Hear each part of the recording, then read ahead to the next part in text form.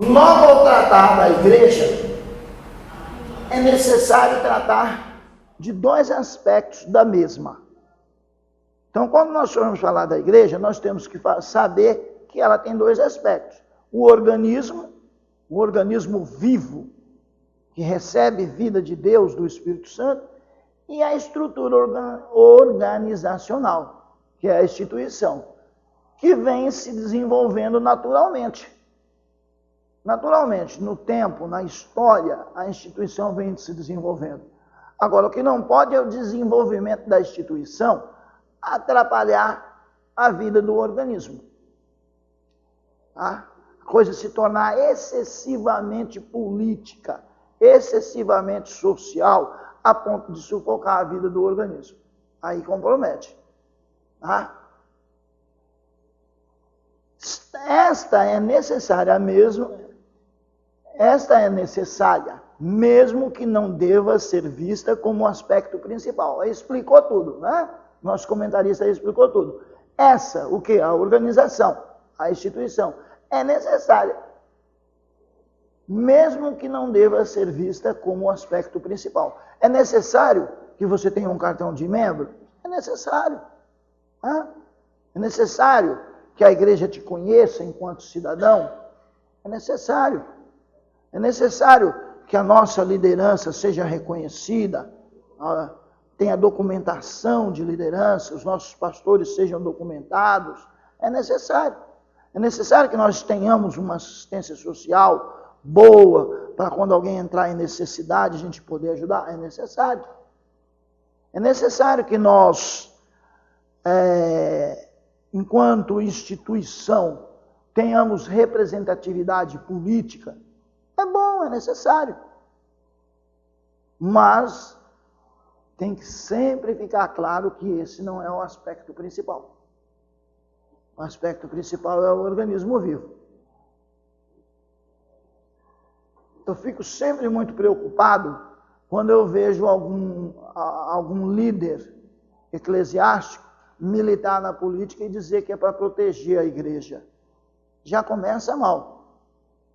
Porque a igreja não precisa de proteção política. A igreja não precisa de proteção política. Tá?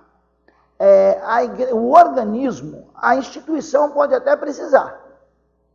A instituição pode até precisar de proteção política, de representação política. O organismo não precisa. O organismo tem o melhor, que é o Espírito Santo. E quando ele diz que ele é candidato da igreja, ele já está errado, porque um candidato precisa ser candidato de todo o povo e não só da igreja. Porque aí não é religião, aí é política, é diferente. Considerações positivas. Então a igreja não é o judaísmo continuado e melhorado, e a igreja também não é o reino. A igreja é organização e é organismo.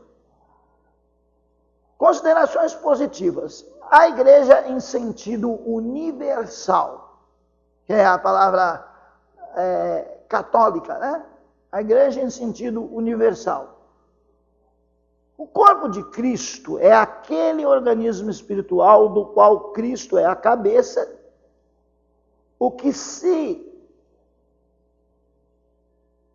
corpo de Cristo é aquele organismo principal do qual a igreja é a cabeça e que se compõe de todos os regenerados. Se compõe de todos os regenerados desde o Pentecostes até o arrebatamento. Então isso é a igreja universal. Quando eu falo de igreja universal, eu não estou falando, a não ser que o contexto seja esse, eu não estou falando da denominação Igreja Universal. Eu estou falando do conjunto de salvos, desde o Pentecostes até o arrebatamento.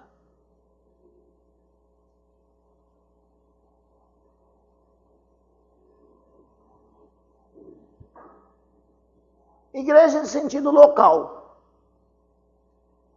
Um grupo de crentes professos em Jesus Cristo, batizados em nome de Jesus e organizados com o propósito de fazer a vontade de Deus. Isso é uma igreja local.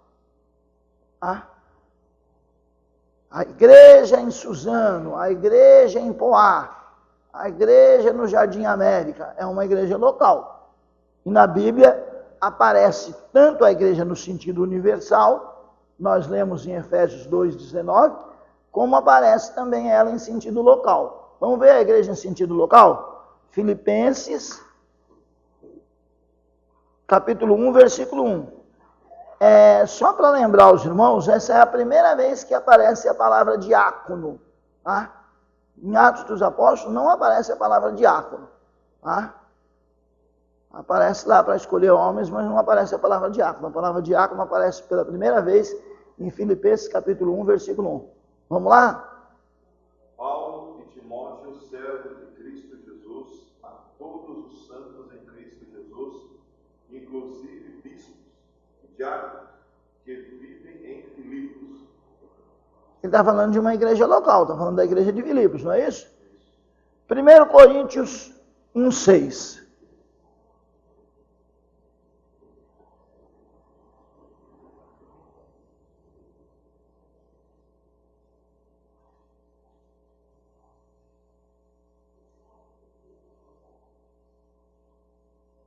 Assim como o testemunho de Cristo tem sido confirmado por vós, confirmado em vós.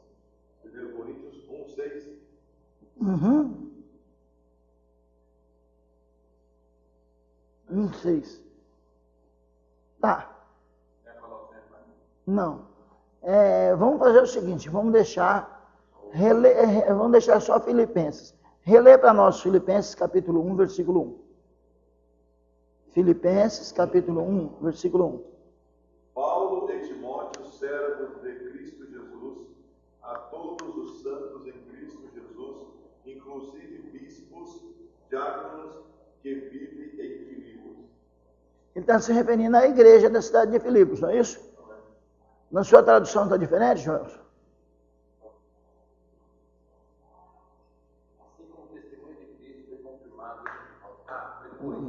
Não, Filipenses 1. Paulo e Timóteo, servos de Cristo Jesus, a todos os santos em Cristo Jesus, que estão em Filipos, com os bispos e diáconos. A igreja, né? Todos os santos aí é a igreja. Então, minha gente, o que nós vimos até agora? Igreja, palavra igreja, como é que ela surgiu? Ela é a tradução, Quarral é o legítimo Quarral é o povo diante da tenda da congregação para ouvir Deus falar através de Moisés. A Septuaginta traduz Quarral, traduz congregação, por eclésia. A palavra eclésia ela é também usada pelos gregos e pelos romanos num sentido político. E depois, agora, ela passa a ser a eclésia de Jesus Cristo, a igreja de Jesus Cristo. Seu nome é Pedro, e sobre essa pedra edificarei a minha igreja. Ela passa a ser a igreja de Jesus Cristo. E nós vemos que a igreja, ela é principalmente o conjunto de salvos em todo o mundo. Desde o Pentecostes até o arrebatamento, isso é a igreja. Mas nós vimos também que a igreja pode ser uma denominação, a igreja A, a igreja B, a igreja C. E vimos também que a igreja pode ser o prédio, não é isso? E vimos também a igreja organismo vivo, a questão espiritual, e vimos a igreja organização, instituição, a questão social e até política. Tudo bem até aí? Então, nosso próximo assunto é a fundação da igreja. A fundação da igreja. Vai lá. No terceiro livro de João, no versículo 10, diz assim: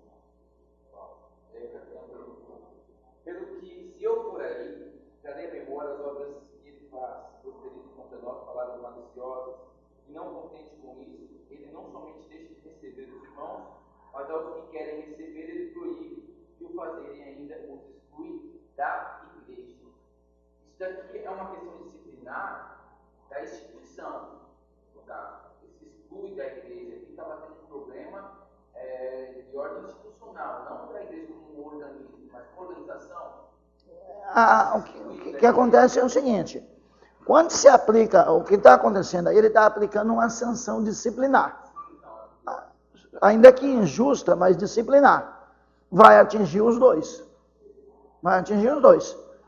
Porque ele vai excluí-lo da igreja local, instituição, mas vai refletir na vida dele dentro do organismo também.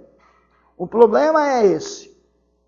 O problema da sanção disciplinar, que deve-se ter muito cuidado ao tratar de sanção disciplinar, é que a sanção disciplinar ela é no que diz respeito à instituição, mas atinge sim a pessoa como parte do organismo. A pessoa vai se sentir excluída. A palavra é essa. Vai atingir a vida da pessoa também. Aí é uma questão bastante espiritual, né? Dependendo da pessoa, ela pode até vir a afastar-se, entristecer-se, afastar-se. Então não tem como eu dizer somente tecnicamente que é uma exclusão do organismo, da organização. É uma exclusão da organização, porque no corpo de Cristo ele não tem poder para excluir, mas vai afetar a pessoa também na sua vida espiritual. Dependendo da pessoa, a maior parte dela é afetada. Tá? Mas a sanção é no que diz respeito à instituição. É que as duas coisas são muito ligadas. A organização e o organismo são muito ligados. Tá?